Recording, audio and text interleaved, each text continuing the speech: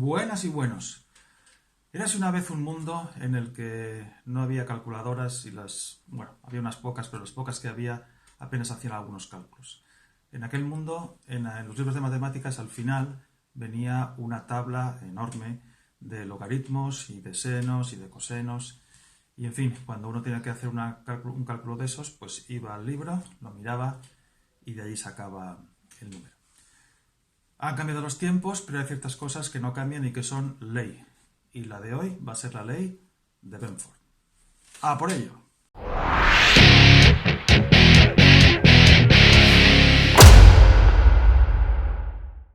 En aquel mundo del pasado, en el que los números venían en tablas y no se sacaban en las calculadoras, este no es un libro de esos, este es un famoso libro de cálculo. Imaginaos que este libro fueran tablas de logaritmos. Entonces, cuando uno te consultaba un logaritmo, pues buscaba en qué página estaba y tac, aquí. Buscaba, bla, bla, bla, en lo que fuera, y otra vez miraba aquí, según el número que tuviera que calcular. Dos matemáticos por separado, uno que se llamaba Newton y otro que se llamaba Benford, se dieron cuenta de que las páginas que empezaban por 1 estaban más ovadas que las que empezaban por 2 y más que las que empezaban por 3 y así sucesivamente hasta 9. Además, parecía tener una lógica esa disminución. No es que en unos contextos el 1 apareciera el doble de veces que el 2, pero en otros fuera el triple. No. Había una lógica. Y esta lógica la empezaron a estudiar y llegaron a la conclusión de que las probabilidades, o la probabilidad de que el número n apareciese en primer lugar en una lista de números, eran estas. Bueno, o parecidas, los que sepáis de logaritmos sabéis que esta expresión se puede mover un poquito, modificarla para que quede de otra forma, pero básicamente es esa.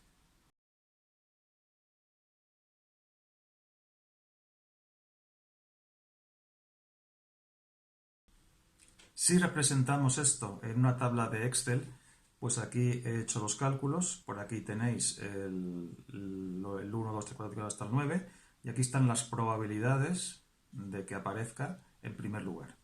Y estas son, para que no maneje muy bien las probabilidades, pues pasado a porcentajes, con su gráfica correspondiente para que lo veáis claro y veáis con qué frecuencia aparece el 1, el primero, con qué frecuencia aparece el 2 y así hasta el 9. Bien, ¿esto pasa para cualquier lista de números? Pues no. Esto solo pasa si la lista de números no ha sido generada aleatoriamente. O sea, si yo cojo los resultados de la lotería, por ejemplo, esto no va a pasar. Tiene que haber algún tipo de regla. Tiene que ser, por ejemplo, que sean los logaritmos de algo, que sean los senos, que sean los cosenos, que sea la población de las ciudades de más de 100.000 habitantes de un país, algo que tenga una cierta lógica interna, no solo el azar. Maestro, este debe ser el conocimiento más inútil de todos los que he explicado hasta hoy, ¿no? En absoluto, Igor. Esto es utilísimo y, por ejemplo, lo utiliza Hacienda para saber si una declaración ha sido inventada o tiene la lógica interna de los cálculos que hay que hacer. Porque si yo me invento los números, pues no seguirán la ley de Benford. Y si no siguen la ley de Benford, pues hay algún trucaje de por medio. Y se me olvidaba que hay otra condición que deben cumplir la lista de números para que sigan la ley de Benford. Y es que no puede ser demasiado restrictiva. No podemos decir, pues vamos a mirar solo los logaritmos entre el 1 y el 1,5. No, esa lista probablemente no siga la ley de Benford. Tiene que ser una lista con unas restricciones no muy estrictas y además, como decía, que no esté generada por el azar. Bueno, es evidente que como toda probabilidad, cuantos más sucesos pueda yo estudiar, pues mejor se ajustará a las probabilidades. Todos sabemos que si yo tiro una moneda, las probabilidades de que salga cara y que salga cruz son las mismas, son del 50%. Pero si la tiro 10 veces, lo más probable es que no la mitad sea en cara ni la mitad sea en cruz, sino que varíe. Yo sé, por una cosa que se llama la ley de los grandes números, otra ley, que las probabilidades van a ser 0,5 y 0,5 o 50%, como lo queráis ver, cuando lo hagan muchísimas veces. Si tiro la moneda 5.000 millones de veces, pues ahí las caras y las cruces serán prácticamente las mismas. Por lo tanto, si yo tomo una lista de números para ver si verifican la ley de Benford, pues si cojo 5 o 6 números, puede que sí, puede que no. Tengo que coger una cantidad suficiente para que la estadística tenga una cierta validez. Porque si no, lo que tengo es una shit pinchada de un stick. Hemos oído en alguna ocasión que algún país ha falseado sus cuentas para entrar en la eurozona o para mantenerse en la eurozona. Eso es detectable con la ley de Benford, si se pone un poco de interés, claro, y no hay más que ver pues la repetición de los unos, de los dos y de los que sean para ver si las cuentas que se presentan son verdaderamente fiables o si son una contabilidad a la que se suele llamar creativa. Un forense puede detectar perfectamente estas variaciones. Pero maestro, ¿los forenses no eran médicos? No, Igor, no. Ese es un error muy común entre la población. Un forense es uno que trabaja para el juzgado. Si es un médico, será un médico forense.